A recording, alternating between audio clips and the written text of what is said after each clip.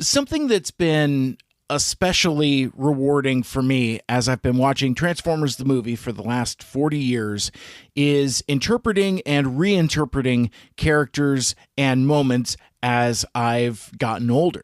Today I want to talk about the character who never really excited me as a kid, but now I can relate with more than most.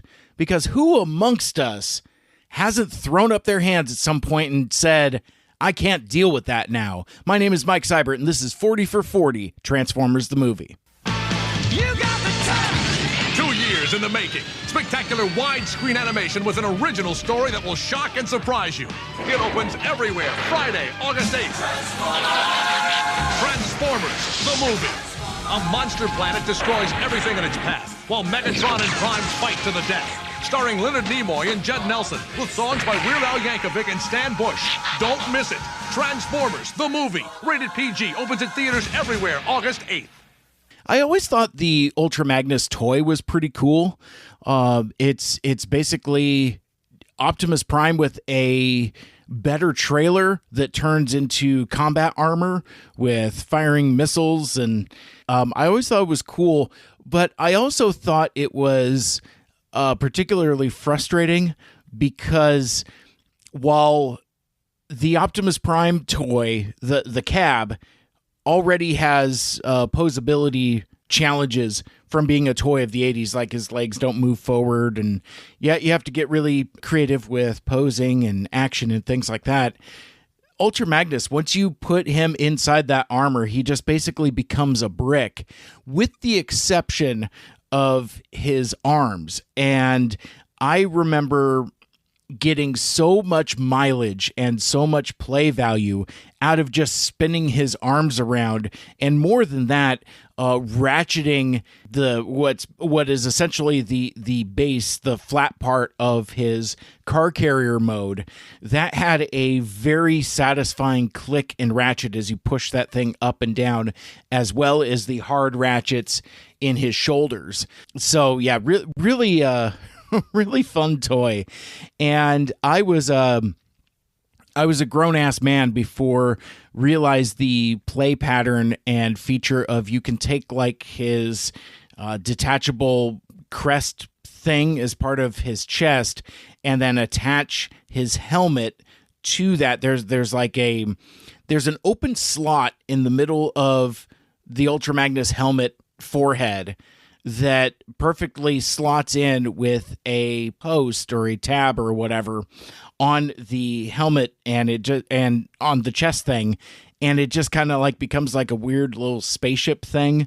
Anyway, I just apropos of nothing, I just thought that was always a weird, bizarre play feature that I didn't realize as a kid. And it kind of reminds me, not to go on this whole weird tangent about the differences in toys, but something I learned or was reinforced very recently. I think it was in the Secret Galaxy robotics episode. Dan Larson was basically talking about the difference between Japanese toy lines and American toy lines, and basically Japanese kids can just play with robots and use the power of their imagination, and that's good enough. But with American audiences, our tastes are a little different, and we've been kind of conditioned in the West to need to have a storyline and to have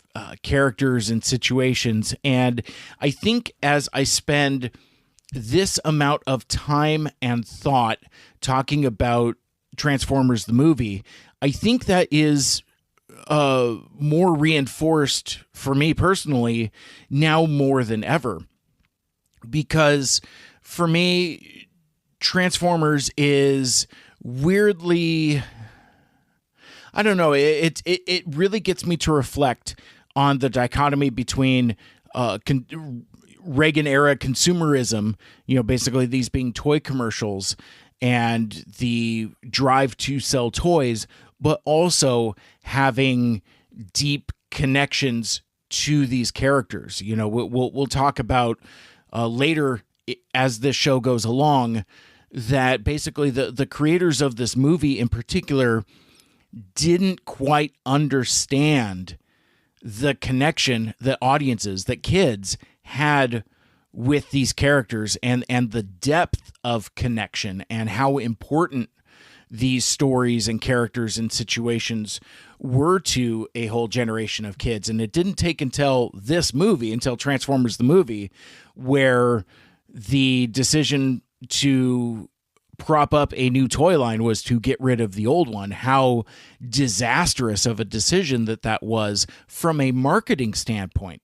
However, from a storytelling standpoint, I think Transformers the movie is one of the bits of staying power, at least from a notoriety standpoint, that continues to make Transformers iconic, and that we're talking about it today. In fact, I mean, Hasbro has even leaned into it with their so-called apology tour, which is, a clever branding to do viral videos and launch toy lines, and to really lean into this anniversary 40th anniversary celebration of the Transformers the movie that is different from what they've done in the past. I've gotten into some contentious conversations with some of my friends about the kind of flippant tone of the apology tour, even calling it that, and recruiting influencers and podcasters, YouTubers, whatever, across the Transformers space. I think it's fun. I think it's, having been through several different anniversary celebrations of this movie already, I appreciate that they're doing something different. And it's again, it speaks to the staying power of this movie, but I would also say that is because of the risks that it takes. It's really fascinating, and I'm already drifting way further away from the moment that I'm going to talk about today.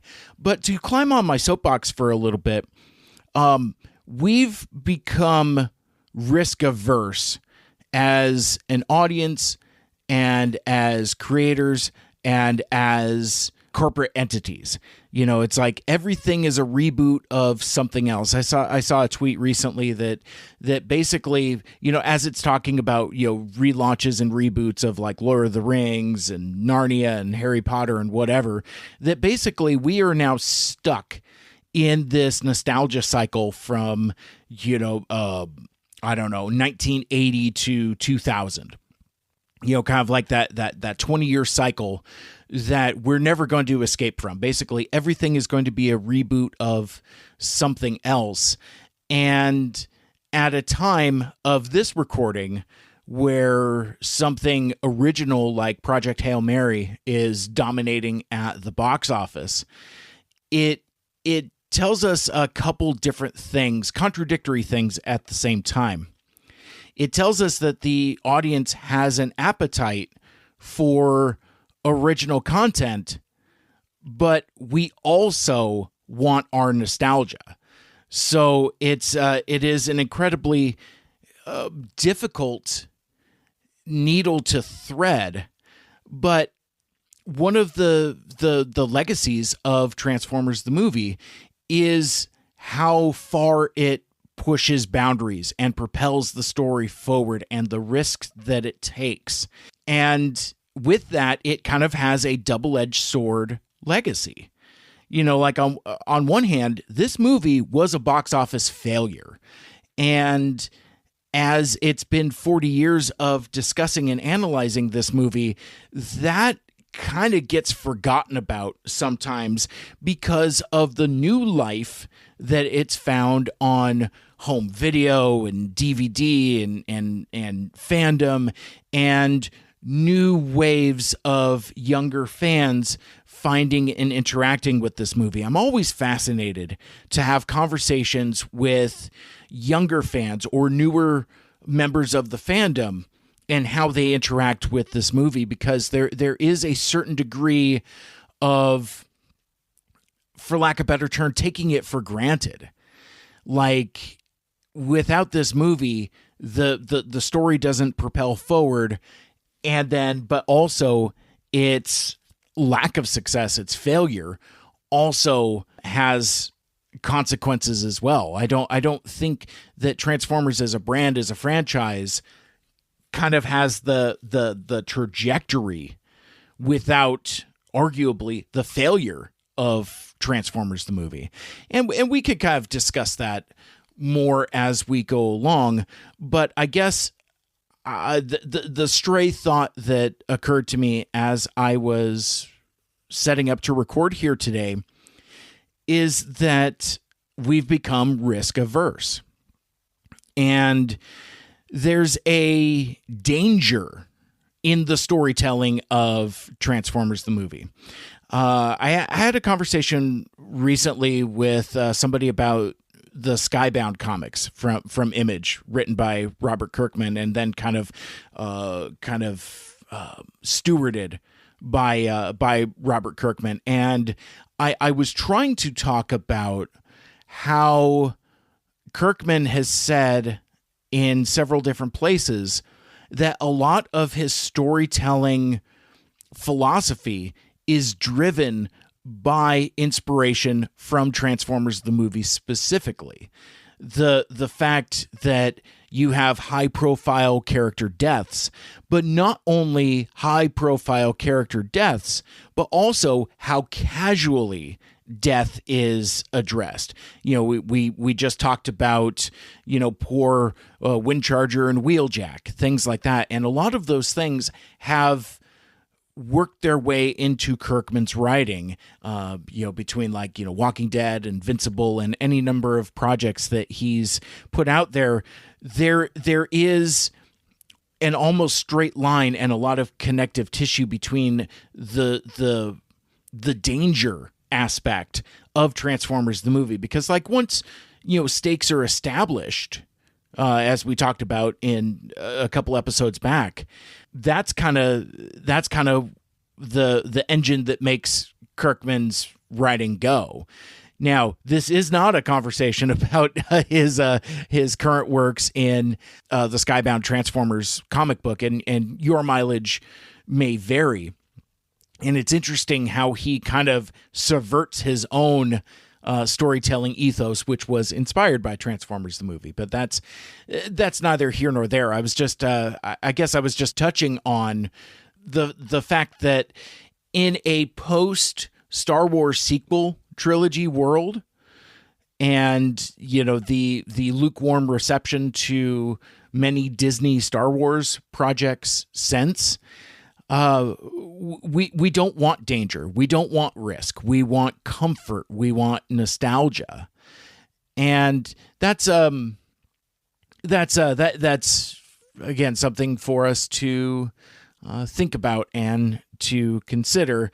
And you can argue that when you get new challenging content, your impulse might be to throw up your hands and say, I can't deal with that now.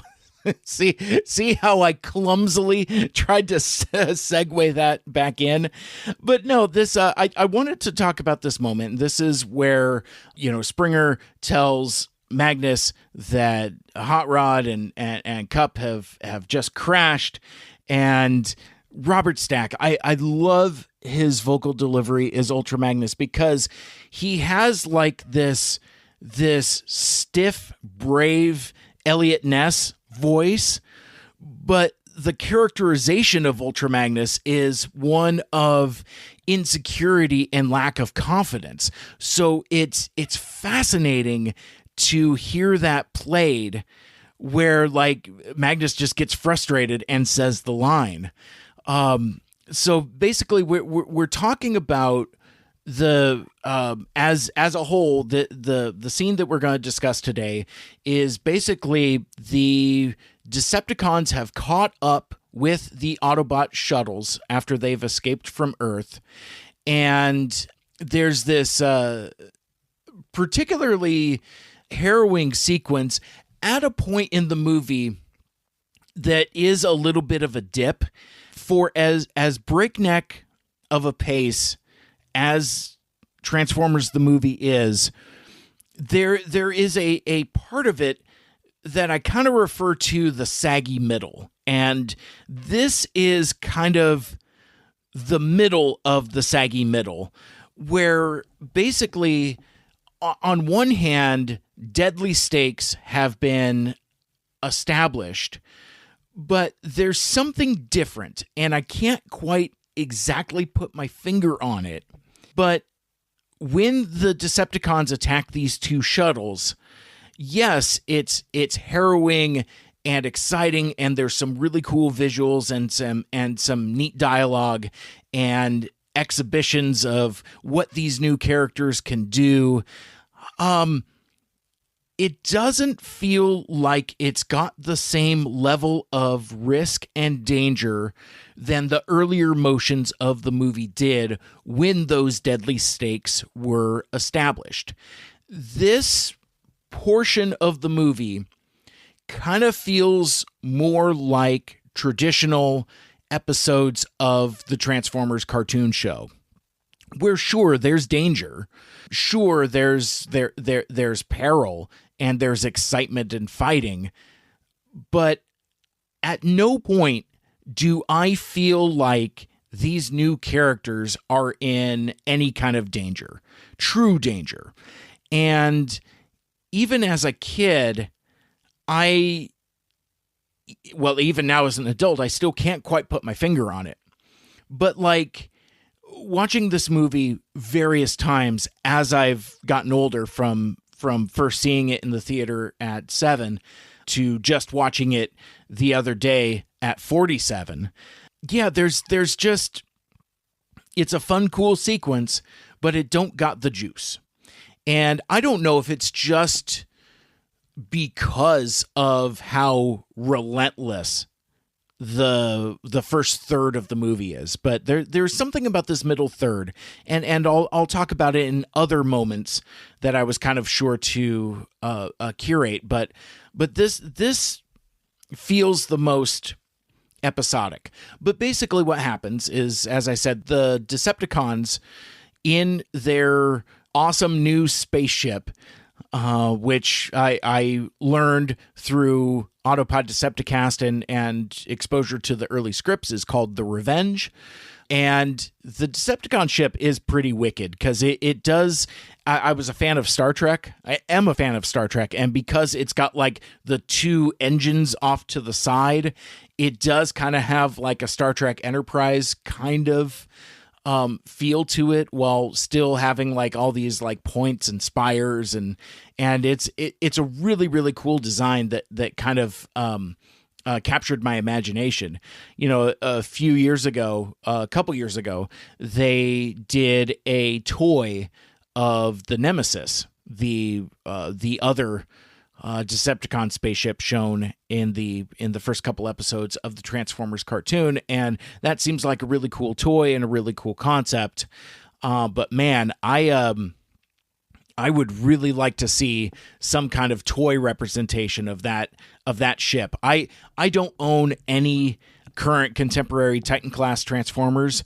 That's one that would make me turn my head and really consider dipping in at that price point. I think the closest toy representation to that design that I could think of off the top of my head is from a third-party company. I want to say it's called Lemon Toys, and it's the name of the toy. I mean, you know, third-party Transformers all have creative names, but I think it's called the Purple Potato, and it's a beautiful representation of that ship, the Revenge, and it changes into Shockwave, which is kind of a cool representation of that as well.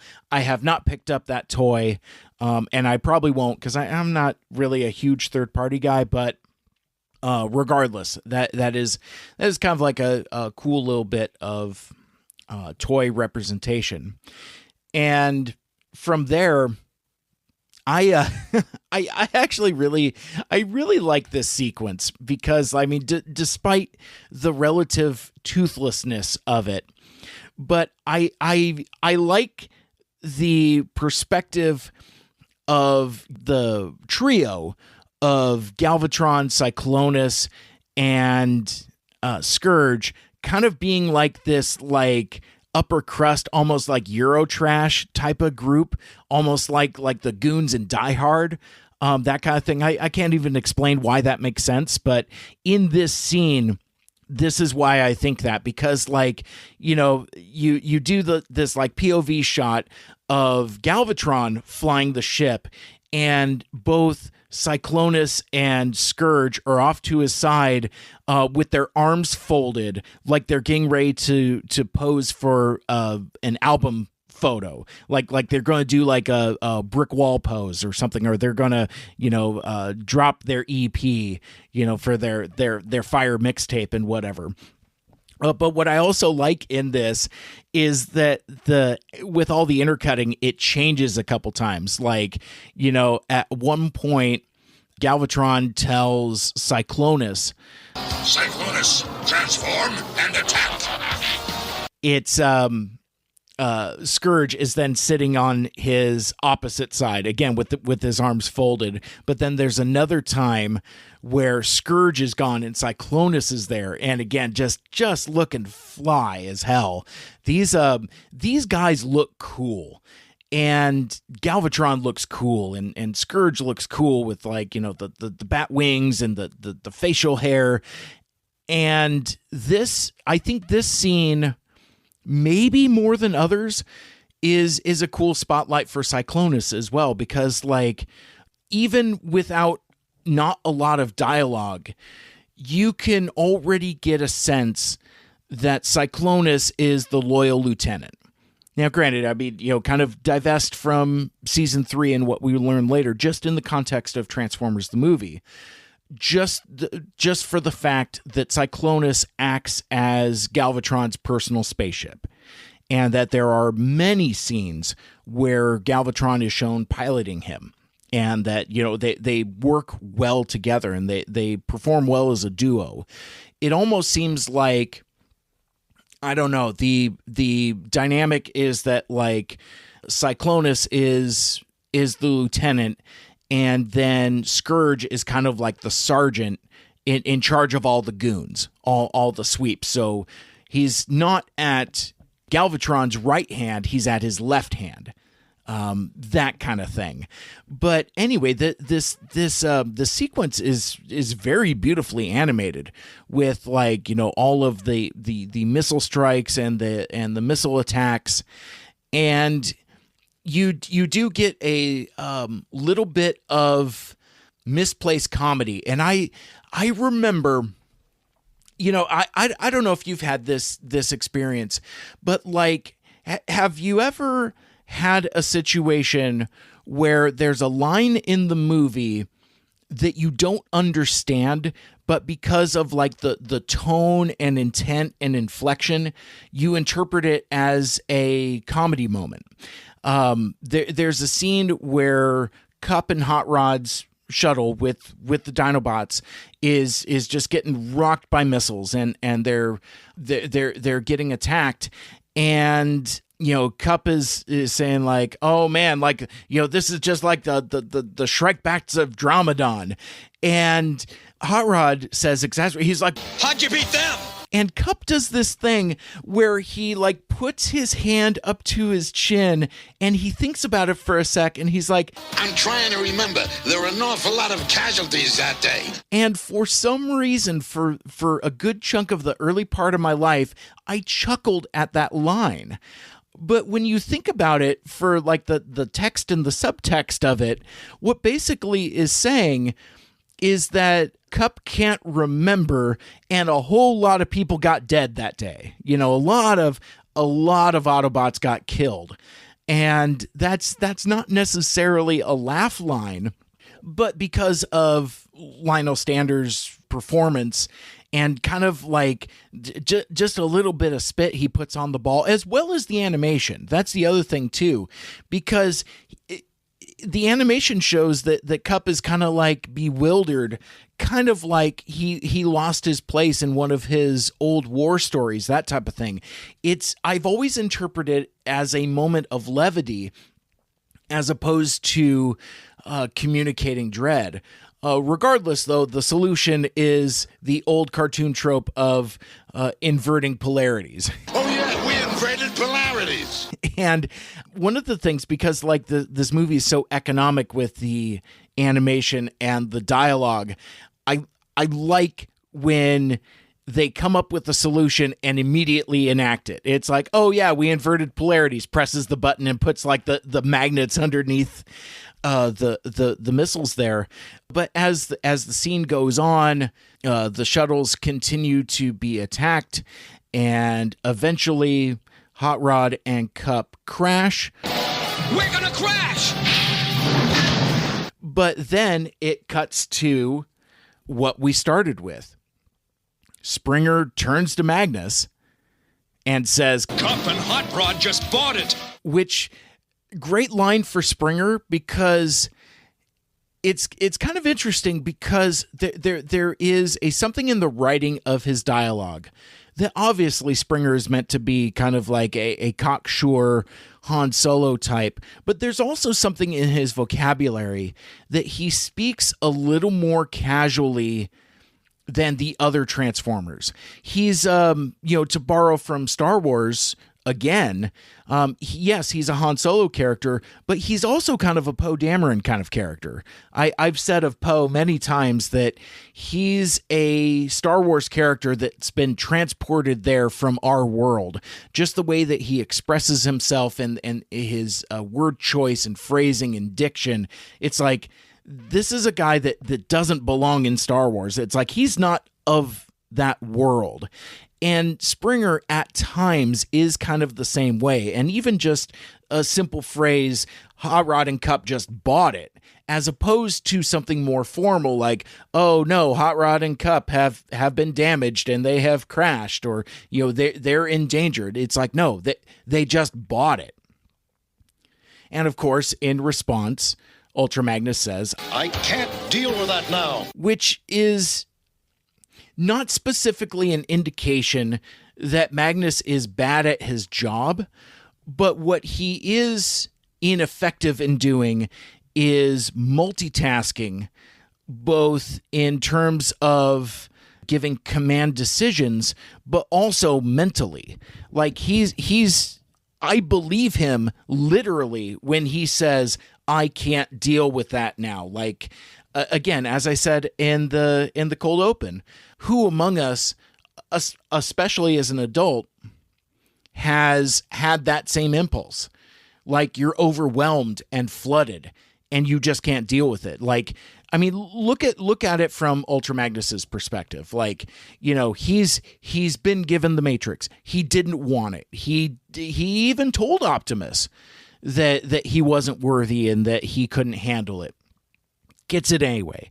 And then, the moon bases are attacked, and then the Decepticons catch up to them on Earth and lay siege to them, and then they desperately escape, which may or may not have been the best plan.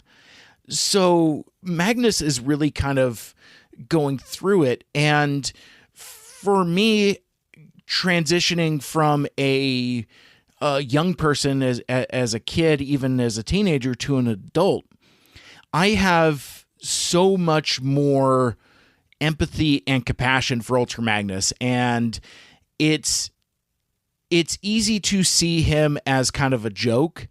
And really, what the purpose of the Ultra Magnus character is to kind of have the false hero, so that our actual hero, the chosen one, Hot Rod, can ascend and rise and fulfill that hero's journey and that destiny. But it's hard for the substitute guy, the guy that's got to keep the seat warm, and that's Ultra Magnus. And again, I feel for him, because he was content being city commander. That he was a soldier, and we've known people in our lives like this. I've been that guy, content to be in unremarkable middle management and to not have those ambitions, and to be perfectly content with the way that your life is. And when destiny knocks on our door, how are we going to react to that? So it's been fascinating for me personally to kind of reinterpret and recontextualize the Ultra Magnus character, especially as portrayed in Transformers the movie here. He's befuddled, he's fussy, and he tries as best as he can. He's not apathetic.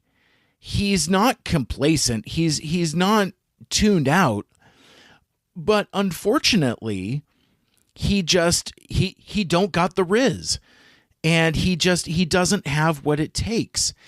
And there are sometimes when I interact with this material that it's like, gosh, I wish that Ultra Magnus believed in himself as much as people believed in him, because I think that Optimus Prime saw something, that we don't necessarily get to see in this movie.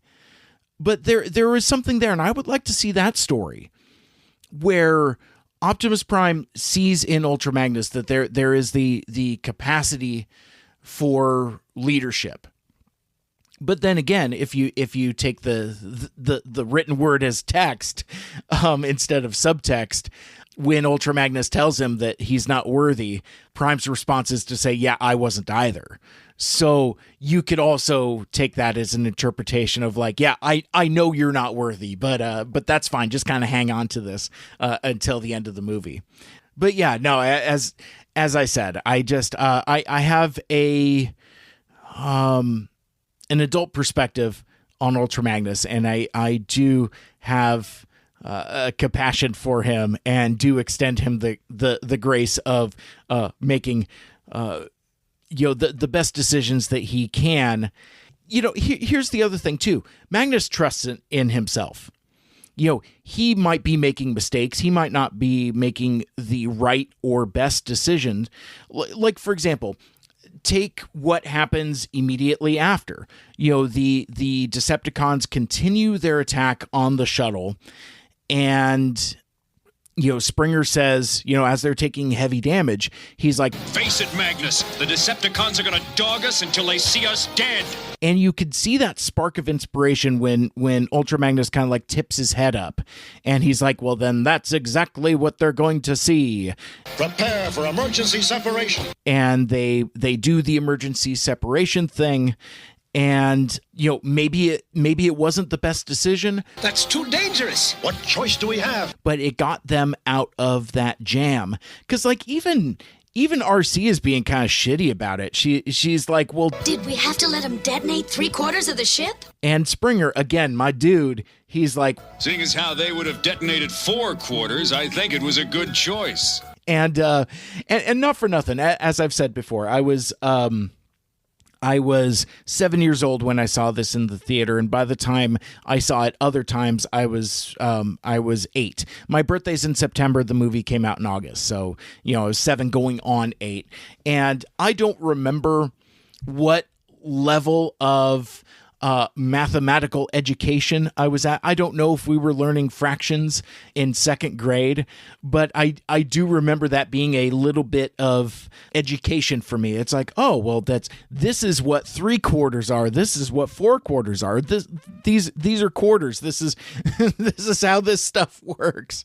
But yeah, it's again one of the other legacies of Transformers the movie and kind of this moment is kind of like the use of vocabulary, because like this was almost another moment in and of itself, but the conversation that Magnus has with Perceptor about like, hey man, well, we need to find somewhere to find repairs, and Perceptor, the most loquacious dude in the movie, gives like this jargon and technobabble. Gamma waves in this sector of space create marginal navigation probabilities. However... And Magnus, already coming off of an iconic moment, I can't deal with this now, has this other thing where he's literally bored and tapping his finger, and Springer just looks over his shoulder. It's such a cool, fun moment.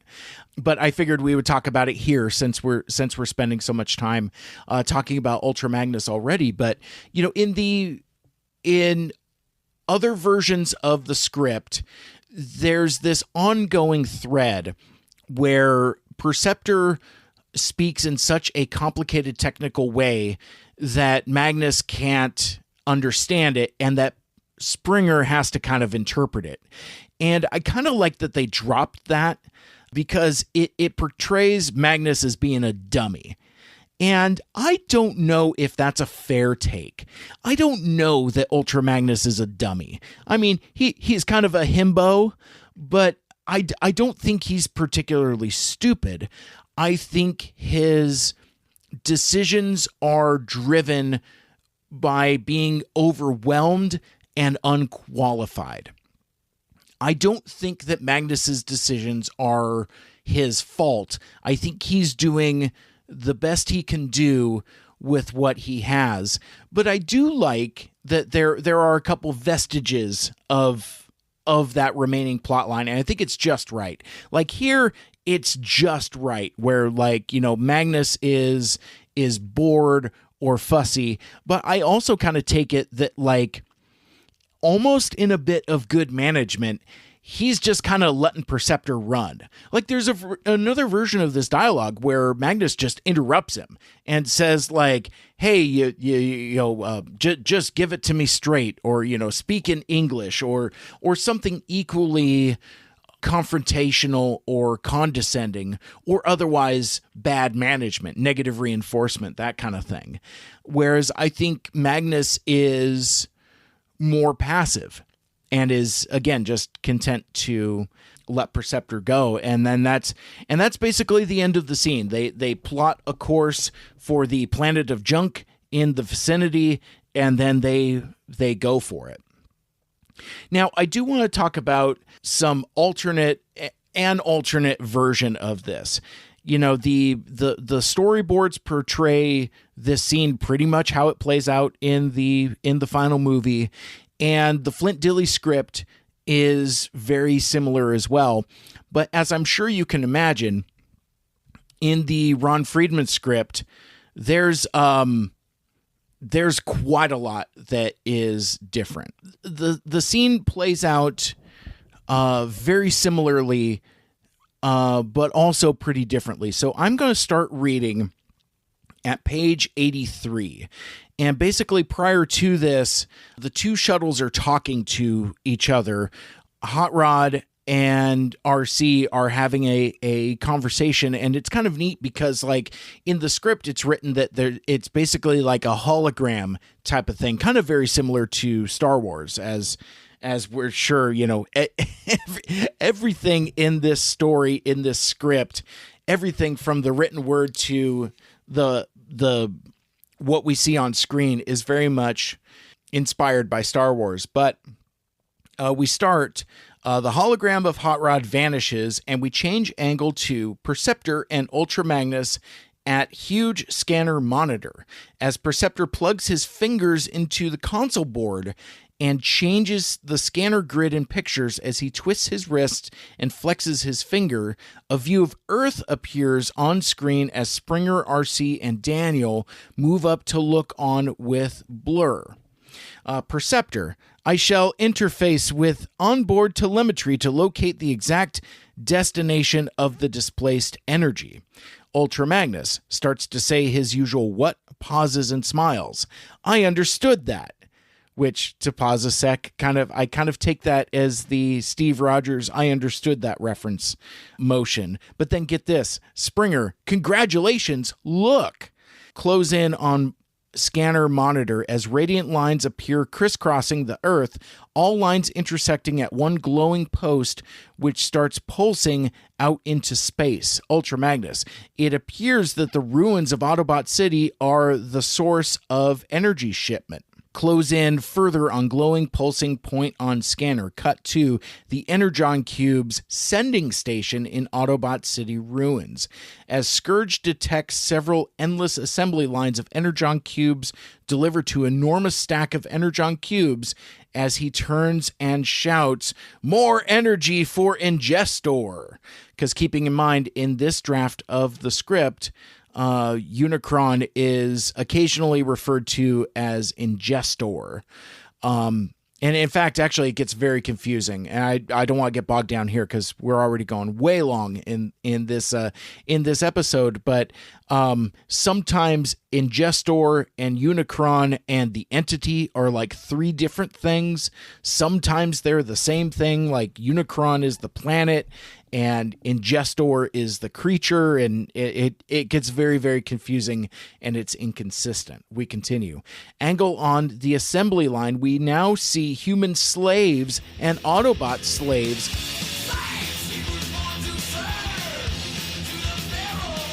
hauling Energon Cubes under whips of Decepticon and Sweep's guards. As they bring more cubes to the stack, we change angle. On top of enormous high stack of Energon Cubes with long drawn side from ghostly voice, Ingestor, the cold beam zings down to peak of Energon's stack. Ghostly voice, Ingestor, more energy, Energon Cubes start to be sucked dry, with Energon being shimmered up and through cold beam, up, and off into deepest space, with it attending soda straw sucking sounds we heard before when Ingestor drained Cybertron's Energon offerings. The drain is continuous, and as more and more Energon Cubes are being loaded into center of quote-unquote feeding station. The scanner monitor on board Ultra Magnus's shuttle, as electronic dotted line beeps away from pulsing center of Energon delivery and bleeps off the screen of monitor scanner. Springer, we're losing it. Resume on Springer, Perceptor, RC, Daniel, and Ultra Magnus. As they look at the scanner monitor, Perceptor's eyes are blank. Springer, you've got to track it down. It's called quote-unquote Ingestor, whatever that means, ... Studies him, waves hands in front of his face. Perceptor, ? Ultra Magnus, he's merged with the computer. It's the only chance of following that energy stream through uncharted space. On Perceptor, we close in tighter and tighter on his eye, and his eye almost fills the screen. We see a cloudy image form. Images of energy stream leaving Earth along cold beam. Energy flows along vast space and down to Unicron! ! We see Maw swallowing Earth energy through soda straw of cold beam with muffled gulping and swallowing sounds. Perceptor, I have established energy destination! Resume on Perceptor, Springer, and Daniel. As Perceptor blinks eyes and seems to come out of trance, unplugging fingers from consoles, sagging wearily. Perceptor, it is inconceivable. Inconceivable! Daniel, what is it, Perceptor? Tell us. Before Perceptor can speak, the shuttle rocks from impact, and sparks and flames shoot out of large hole in wall.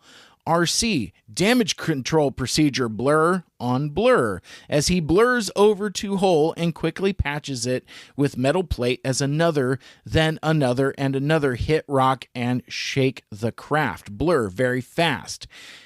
Is it meteors, comets, asteroids, what? On Springer at cockpit window. As he mans laser ack gun through window, we see what he carries. The arrival of Galvatron in huge Decepticon flat-top carrier with armada of Cyclonus planes. Springer, none of the above. It's time to play Deceptitank Raiders in outer space! Starts firing as shuttle is racked with hits. On Ultra Magnus at console intercom. Ultra Magnus, Cup, elevate force fields at once. They're armed with... On Galvatron on bridge of Flat Top. As he presses firing button on freestanding control console. As he does, we close on devices that look like depth charge firing apparatus that eject canister bombs, which trail rocket exhausts and rapidly move toward the Dinobot shuttle. Ultra Magnus, Moleculon missiles! Interior, the Dinobot shuttle, Cup and Hot Rod. As Dinobots roar and watch through see-through ceiling dome, Cup and Hot Rod are throwing all sorts of switches on control board. Cup, force fields engaging. Hot Rod, urgently. The magnetic feed is too slow. Cup, pushing lever forward with great effort. I'm trying to speed it up. Outside Dinobot shuttle, as the Flat Top's canister bombs, the Moleculon missiles, parenthetical, strike hull of shuttle, causing a vibrating line of electrical energy to crackles all around the shuttle, lacing over and around it like a webbing of some fiery spider. Cup, we're hit, abandon, ... The shuttle cracks violently apart, its shards and sections blasting in all directions towards camera, through camera, as Hot Rod comes flying out, turning over and over in space, toward camera and over camera, and off and down, falling. Cup, ship! On Hot Rod, as he falls out of sight and we hear echo of his yell, Hot Rod, ah! On Galvatron, as he smiles malevolently. Galvatron, one down, one to go, ! Pull back as Galvatron whirls off after Ultra Magnus's shuttle atop Flat Top, and we cut to interior of Ultra Magnus's shuttle, Ultra Magnus Springer. As they man control panel and cockpit, in the background, Blur and RC work to patch other holes in the hull, and Daniel helps them. Perceptors slowly, methodically plotting coordinates on light-up table, seemingly oblivious to shakes and rockings of hits being scored on their ship. Springer, Cup, and Hot Rod have bought it! ! Maybe the Dinobots were tough enough to survive, but I wouldn't bet on it. Ultra Magnus, our force field shields are weakening, shouts, damage control report. On Daniel with RC and Blur. Daniel, hammering small metal patch plate over smoking pinhole and hole. There are 1 million holes in the fuselage. RC, the more adult report. 62% deficit in structure. RC, power supply depleted. Survival factor -3. On Springer and Ultra Magnus. Springer, we've got no choice. We've got to die! !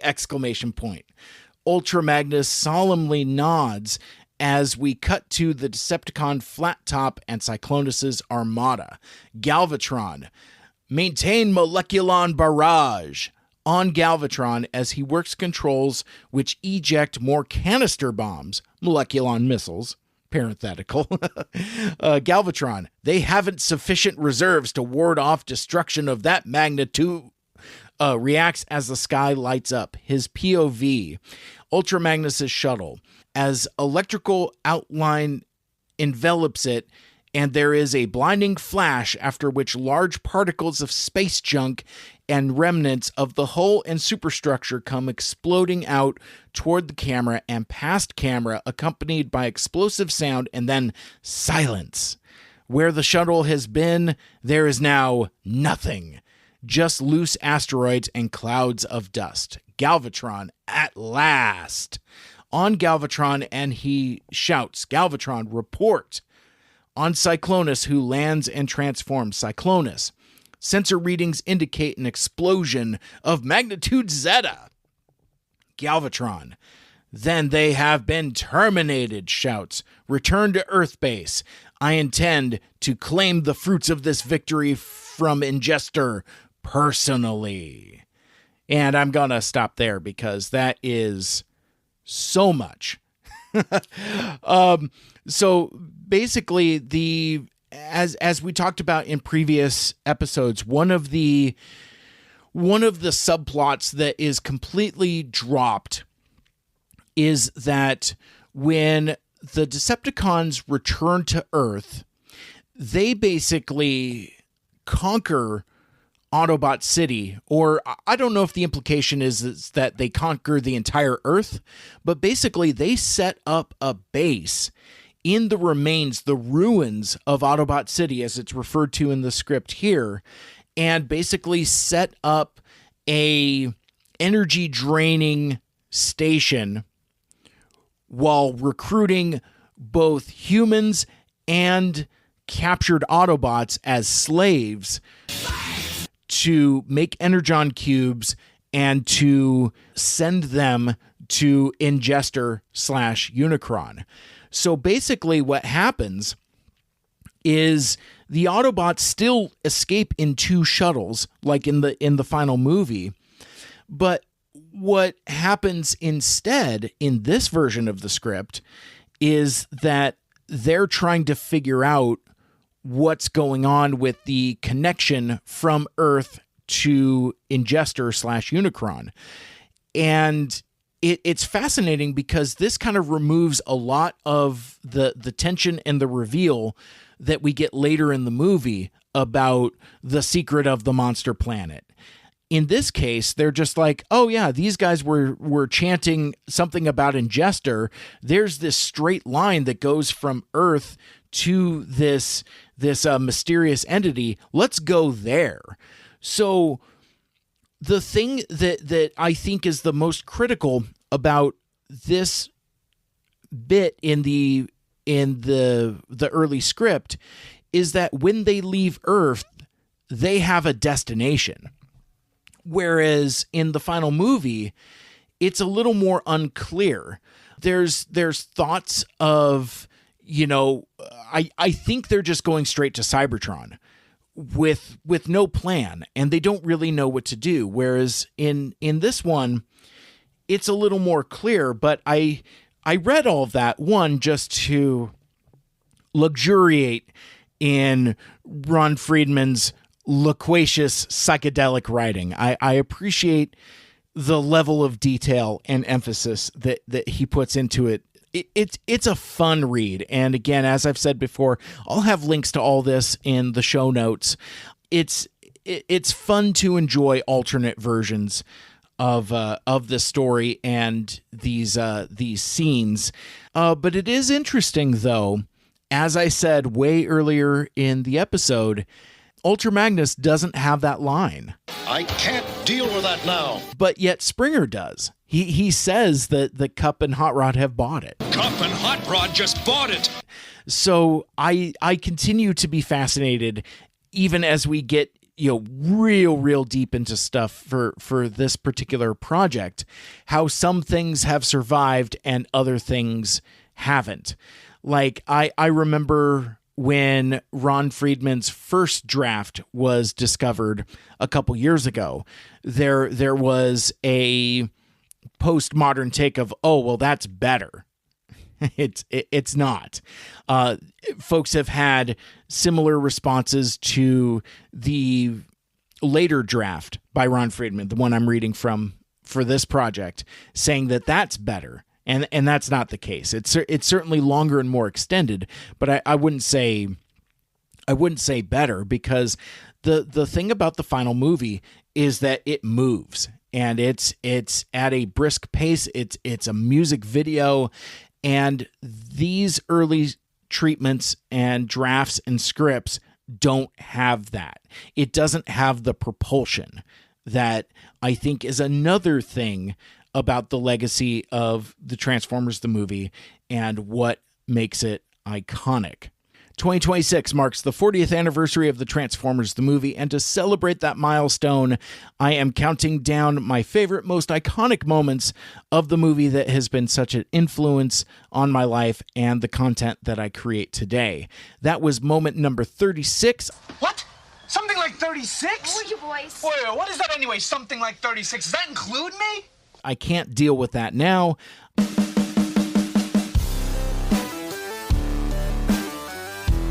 I'd like to thank you so much for listening and for making me a part of your day. And if you'd like to hear more from me, check out the Mike Seibert Radio podcast right here on this feed.